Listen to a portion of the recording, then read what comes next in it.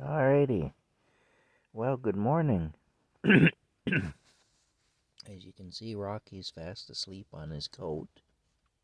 He was up a little while ago, standing on my chest, giving me head boobs. But he's asleep on his coat again now, anyway. I'm going to have to turn the heat on very soon to drive the dampness out of here. Otherwise, it's not too bad in here. It's just very damp.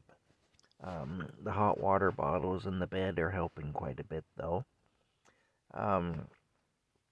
Yeah, anyway, it's funny, I notice when I made my video about the sacrifice of Jesus, I lost free subscribers right away. I noticed that. I went from, what was it there? Isn't that awful? I can't even remember now, but it was something and 50 subscribers, and it ended up being something and 47. Well, let me look here, because I have trouble with numbers. I'm really bad with numbers. But let me look with my other phone here. I'll let you know. Alright, here we go now. We go here, because I'm bad with numbers. Okay, yeah. I went from 2,350 subscribers to 2,347 subscribers. So I lost free subscribers right away. And that always seems to happen if I mention God, or I mention that I believe in God, I automatically lose subscribers. But then, what also happens is I gain subscribers. So I went from 2,350 subscribers to 2,347 subscribers immediately after making the video about God and about the sacrifice of Jesus. But now, well, last night I ended up at 2,350, so I actually was restored back to the number that I had to start with, and now I'm at 2,351. So I guess the message in all of that is this. Don't try to please everyone, because you can't, really. There's always going to be people, no matter how hard you try to please everyone, there's always going to be people who just disagree with you and don't want to be bothered with you because they feel strongly against whatever it is you're for, or they feel strongly for whatever it is you're against. And so the best thing is just be yourself, and you'll lose in some respects by being yourself. You're always going to, you'll be penalized in certain ways for being yourself, but that will be made up for in other ways. And so, see, the subscribers that I lost when I talked about believing in God, pardon me, those subscribers, if they were offended by my talking about believing in God to the point where they left, or they said, okay, I can't support this guy anymore in this endeavor, I don't want to hear from him anymore, or whatever, those people and I obviously aren't aligned. Now, that's okay. I'm not mad at those people. I don't dislike those people. I don't hate those people or anything like that, and I hope that they don't hate me. But we're just not aligned, that's all. But you see, the subscribers that I gained, in all likelihood, are more aligned with who I am and with my own values and beliefs and so on. And so, see, what happens is when you be yourself, when you just be yourself and you be honestly who you are, you be genuinely who you are with everyone, there's going to be a certain segment of the population who just says, I can't align with this, I can't relate to it, I want nothing to do with this. And they're going to walk away from you. But you're going to draw in, and you're going to draw to you people who are more aligned with who you are, who you genuinely are.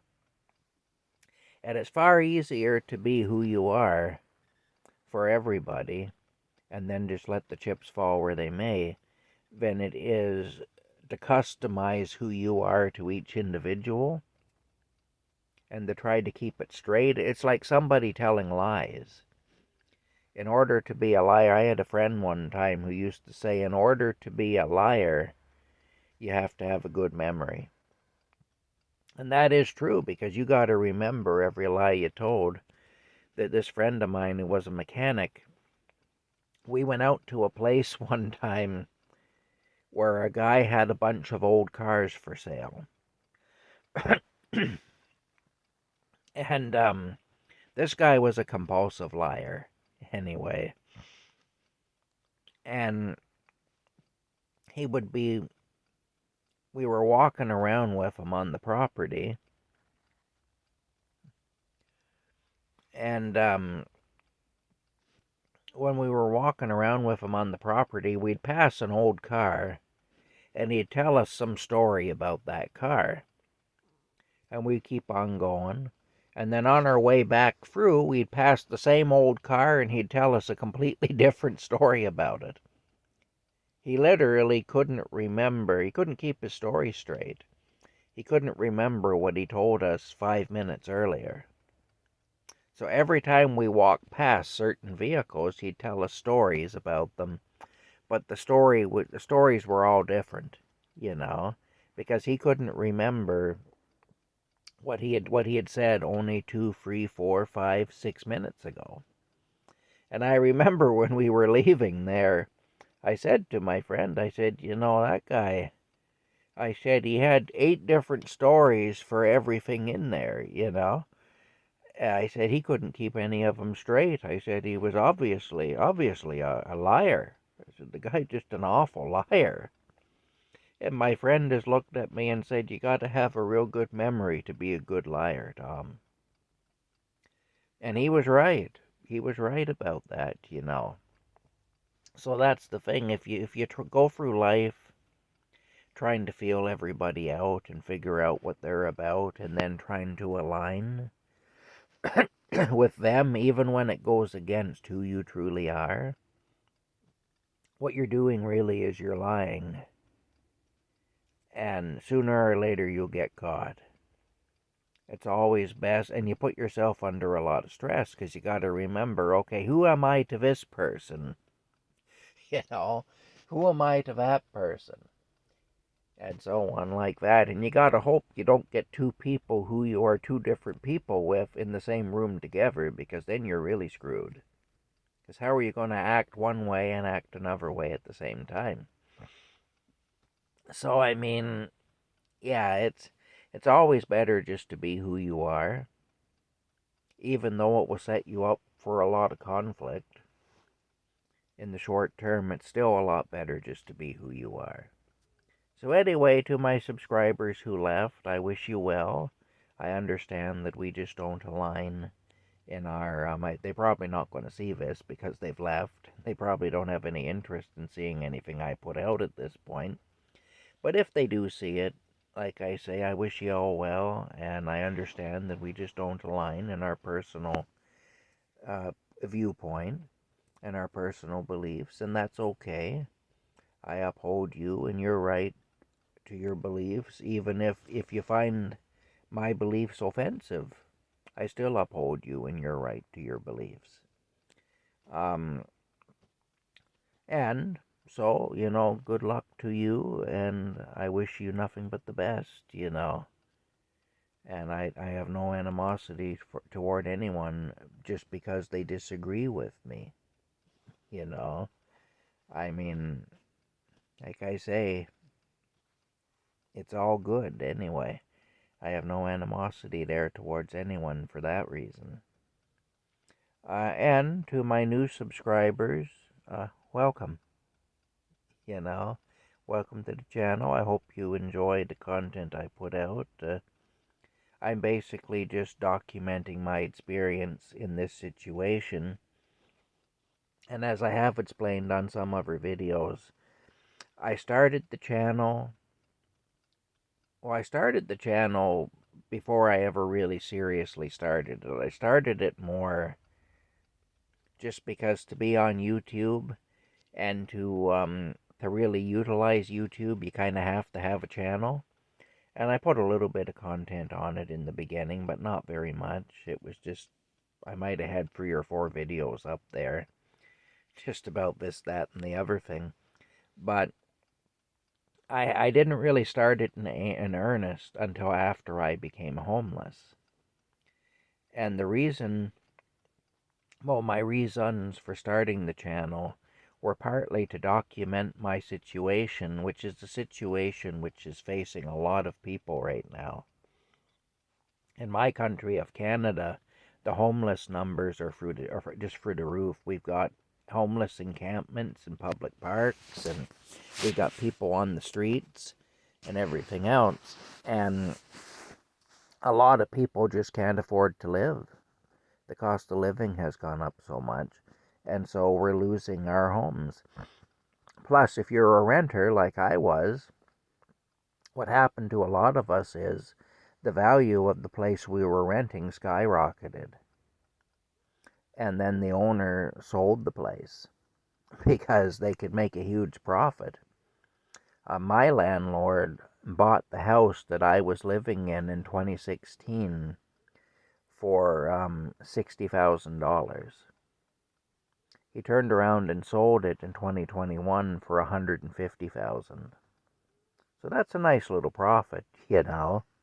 And there was a bunch of dirty tricks around that too that I talk about in other videos, lies that were told by him and so on. But anyway, bottom line is this. When the housing market went crazy, a lot of us lost our homes. And so basically, it's to document that experience, the experience of somebody who has gone through that and is going through it, and to document what happens. Like, really, I don't know what's going to happen. I am rebuilding gradually, and things are getting better gradually, but I really don't know what's going to happen. You know, I mean, it's as much a mystery to me as it is to you, really. But I'm doing my best to rebuild, and I am gradually rebuilding. It's been a lot of hard work. It's been a lot of stress. It's been a lot of hardship. It's been a lot of loss. I've suffered greatly through this process. I've had the help of some good people, though, too, which I'm grateful for. But even so, I have suffered greatly through this process, and yeah, it's tough anyway. But still, I kind of look at what's happening now like what happened during the Great Depression. And during the Great Depression, if somebody was making videos of what was happening then, and there were people who were taking pictures, there were people who were photographing it. And the thing is, it was uninteresting at that time. Nowadays, it's fascinating. 100 years later, it's fascinating, but at that time, it was uninteresting. Because it was just day-to-day life. Who cared? You know? And that's kind of how this is. I believe what I'm going through now is going to be fascinating to future generations. And I really hope it is, because I don't want future generations to go through what I've had to go through. So I hope it is fascinating for them. You know, I hope that they look back and say, holy smokes, you know, what people had to go through. You know, and aren't we lucky we don't have to go through what that man went through and what so many others went through. I hope that that is the case anyway. I don't want future generations to have to live the way I have had to live. And that's why I'm documenting the good, the bad, and the ugly of it. I'm documenting my failures. I'm documenting my successes. I'm documenting my frustrations. I'm openly admitting that I'm frightened. I'm afraid of the future, you know. But I'm also optimistic because I have to be. And I have to believe that I can rebuild. I have to believe that, because if I don't believe that, then what is there? You know? So I mean, what is there to look forward to? So see, maybe there's nothing to look forward to, and that frightens me. But there again, my belief in God keeps me going, and also just I figure I have to believe it's going to get better, because that's in large part what keeps me going every day. If I believe that it's going to get worse, then chances are it will get worse. It'll become a self-fulfilling prophecy, you know. So I have to believe it's going to get better. And see, right now, the things that I'm saying and how I'm living really isn't that interesting. But in 100 years' time, somebody may watch this long after I'm dead and hear me speaking, hear me saying what I'm saying now, and it may resonate with them. It may be exactly what they need to hear. They may be going through something where they need to hear, even if it isn't what I'm going through, they may be facing some adversity where seeing this situation, seeing how I'm living, and hearing me talk like I am will help them in some way. And in which case I can do some good even after I'm gone. You know, I'll be stinking in the ground for 40 or 50 years, and I'll still be doing something of value. And like I say, it's just going to be interesting for people. That's part of the reason I made the channel. The other reason is I wanted to tell some of the stories about my family. In fact, the first video I really made seriously on this channel was one where I talked about my dad. You know, I talked about what my dad was like, what kind of man he was, and stuff. And about memories that I have of my childhood, of my early childhood, of my dad in my early childhood. Well, you see, the reason that I tell a lot of those stories is actually for family members, especially young family members who weren't around, because I'm realizing now as I've gotten older, more and more, I'll be telling a story about something that happened back in the 1970s or the 1980s, and I'll realize of like 6 or 7 or 8 people who were in the room when something happened, I'm the only one left. Everybody else is gone.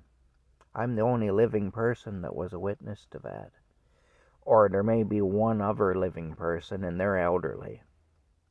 You know, maybe an elderly aunt was there at the time or something. So, or an elderly uncle. But other than that,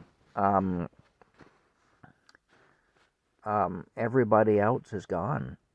And like I say, there might have been a half dozen people there when something happened. And I'll be telling the story, and it'll just hit me. I'm the only one left alive who remembers this. So again, I'm telling the stories for that reason, because there are young family members who were born in the 90s and in the 2000s and so on, who are young adults now. You know, they're young adults just like I was a young adult in the 1980s and in the early 90s. And they don't know about that stuff. They don't remember these people. They never knew these people. These people I'm talking about were already gone from this world years before they were even thought of, before these people now that are around were even thought of. So I do it for that reason too. My dad passed away in 1988 when I was 20 years old. He's been gone for, 35 years basically. Something like that. 88 to 98, 98 to 08. 08 to 18, 19, 20, 22, 20. Okay, so 36 years. My dad's been gone for 36 years. A lot happens in 36 years. A lot of people are born into the world in 36 years. That's a lot of people in my family who never knew my dad, who never knew what my dad was like, who may have heard his name occasionally or something, but really never knew what he was like. And I'm honest, I talk about the good, the bad, and the ugly. I talk, believe me, my dad was a mixed bag. He was all of that. And I talk about that. And the thing is, I talk about different things anyway. I tell different stories that I remember things happening that my family members now, the young ones, don't remember because they just weren't around yet. They can't remember. They weren't around yet. And so it may answer some questions they have. It may fill in some blanks for them. So that's another reason I do this. To kind of keep those people who are gone now that I remember and that were important to me in my life, to kind of keep them alive in a way. And to kind of keep the stories alive, because someday I'm going to be gone, probably sooner than later, far sooner than I realize even. And it sneaks up on you. The years go by a lot faster than you realize they're going by. And one day you look back and you're telling some story about something that happened 40 years ago, and to you it feels like it happened 10 years ago. And then you think, oh shit, that was 40 years ago. So I mean, that's what happens when you get older. So, and you're talking to somebody, in some cases you're talking to people who weren't even around then, and the people who were a part of that story, you realize, oh, that one's dead. Yeah, he's gone too. Yeah, she died back in 1992. Yeah, yeah, that one died in 1987. And stuff. You're holy shit. I'm the only one still alive. There were 10 of us involved in that situation, and I'm the only one, or maybe myself and my elderly aunt now, who's like 80 years old, you know, and barely clinging to life. That's it. Only 2 of us are still alive who remember this. And when she's gone, there'll only be me, provided I continue living, provided I outlive her. And who knows how long I'll live. And even if I live to be quite old, it's going to sneak up on me. Someday soon, I'm going to be 80, 90 years old if I live that long. I don't really think I will, but if I do, and I'll be looking back at the things that are happening now, and I'll think, wow, that's, like, did it ever sneak up on me? Like, if you had told me I was going to be 80 years old, but that happens. It happens to everyone. I know a lot of older people, and they'll tell you it sneaks up on you. So today's the day to tell the stories, to keep these things alive, because anything can happen to any of us at any time. And really, I'm the last one who remembers a lot of this stuff. So when I go, the story goes with me, unless I document it somehow. And that's another reason I started the channel. And I also started the channel to give some hope, just because I know a lot of people are facing this situation that I'm dealing with. A lot of people are currently dealing with it, and a lot of people are facing it. And so I just want y'all to know that you may think you can't cope, but you'll be surprised. Being homeless was probably my biggest fear. And look, I'm a guy, like I said in my video last night, I threatened the police with a deadly weapon. I actually went after a cop with a tire iron. So I'm not a guy who's prone to being scared, you know. And so, if I tell you that I'm frightened of something, that's a big deal. Like, I mean, I've been nose to nose with police officers, screaming in each other's faces and all sorts of things. I've been in situations, I've gotten underneath old cars and scrap yards where I literally had a whistle with me in case the car fell down on top of me while I was working underneath it, you know, and so that I might get some help and be saved from dying underneath a car and stuff. Like, I've gone into situations where I was dealing with really rough people. I walked into a place, I tell that story, where I knew they had guns to serve court papers. Where I knew these people had guns and they had shot people out there and stuff. I did all kinds of stuff. I ended up in jail over that situation eventually because the guy put a gun to my stomach and I beat him up. He didn't shoot me. He put the gun aside. I looked him in the eye and asked him if he was going to shoot me and told him to put the gun aside if he wasn't. And he put the gun aside and I beat the hell out of him and I went to jail. So like I say, I'm a guy who's had some pretty rough experiences. I'm a guy who's walked into the tiger's den many times. But being homeless scared the hell out of me. And this situation has forced me to face something that frightened me literally more than getting into a physical confrontation with a police officer, more than getting into a physical confrontation with people who had guns and wouldn't hesitate to shoot me, more than situations, working situations that were quite dangerous, where a thing that weighs well over a ton could literally fall down and crush me to death. All sorts of things that I've done, and did it with little to no fear. With some fear, yes. Anybody that tells you they're never afraid in a situation like that is either a fool or they're lying to you.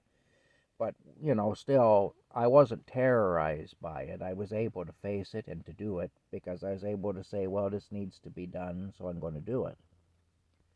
But the thing is, homelessness scared the hell out of me. It frightened me it frightened me more than jail. It frightened me more than going up against thugs and bullies. The police being thugs and bullies, and also other thugs and bullies that I've gone up against. It frightened me more than that. It frightened me more than situations that would give a health and safety inspector a heart attack. You know, really. It frightened me more than that. It was one of my biggest fears. It might have even been my biggest fear that I'd someday be homeless. And yet here I am, being homeless and killing it. Just doing what I need to do every day and surviving. And, the thing that I was the most scared of, I have survived. At least so far. I mean, who knows? But at least so far I've survived it. I've had 2.5 years of homelessness now. I didn't think I'd survive 2.5 weeks of homelessness. Yet here I am. So I did it for that reason too. I started the channel, hopefully to let everybody know, hey, if you're facing this, it's going to be tough. I'm not going to lie to you. It's going to be really tough. And there's going to be a learning curve, and you're going to have to find ways to cope. And the way you cope may not be the way I cope. And you may not have the kind of help I've had. I've had a few people that have really helped me. You may not have that. You may not have the resources that I've had in that respect. But you will survive because you're tough, and you're tougher than you think you are, and you're smarter than you think you are. And you'll figure it out, and you will survive. It won't be easy, but you'll do it. So that's another reason I made the channel anyway, for that reason. Anyway, that's it for now. I also, for a while there, I had some hopes that I might possibly monetize it. I wasn't sure. I was going back and forth on it because I don't really want to give up what autonomy I have. I feel like if you accept money, you give up some autonomy. But still, I had thought about doing that. But I don't think YouTube is going to allow me to do that anyway. They mess with my numbers all the time so that I won't be able to. So I have a pretty good idea that ain't going to happen anyway. So that takes the decision out of my hands, and it was a decision that I was having difficulty making anyway. So maybe they did me a favor by doing that, even though that wasn't their intention. A lot of the time, your enemies will help you while they're trying to hurt you. That's something I've noticed too. Some of the greatest help I've received in my life has been from people who were trying to screw me over. You know, and they didn't realize it. But and again, I believe that's God. I think God has a way of turning evil intentions into good. I really do. I think the people with evil intentions oftentimes God will mess with them by turning their evil intentions around. So, they intend to starve you to death, but God turns their intentions around and they end up throwing a banquet for you without even realizing they're doing it. you know, that's a beautiful thing about God anyway. It's one of the many beautiful things about God. All right. There you go. I know I'm going to lose a few subscribers now because I just mentioned God, but I also know that I'll gain a bunch more. My numbers will go down, but then they'll go back up, and they'll go up more than they did when they went down. Anyway, to anybody who's going to leave now because I mentioned God, I wish you well. No hard feelings, I understand. And to anybody who's going to come, you know, to replace those people who leave, welcome. All right, that's it. We'll talk later.